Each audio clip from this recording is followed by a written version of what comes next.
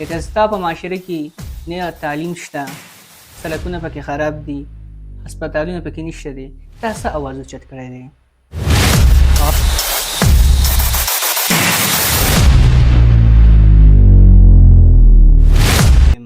لکه پولیټیکل ورکر درته ووایم یا سوشل اکټیویسټ درته ووایم یا ټیچر درته ووایم یا درته ټیک ټاکر ووایم.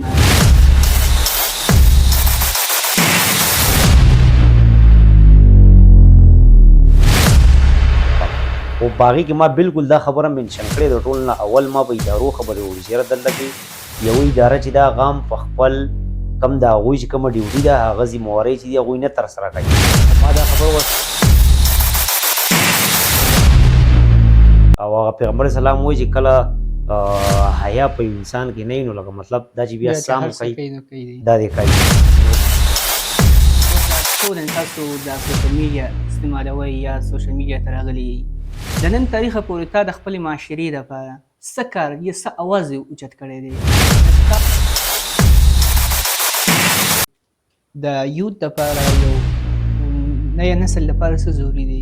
ایجوکیشن ورته ضروري دی، سکل له دوی له پکار دی چې فوکس وکړي یا په ایجوکیشن باندې.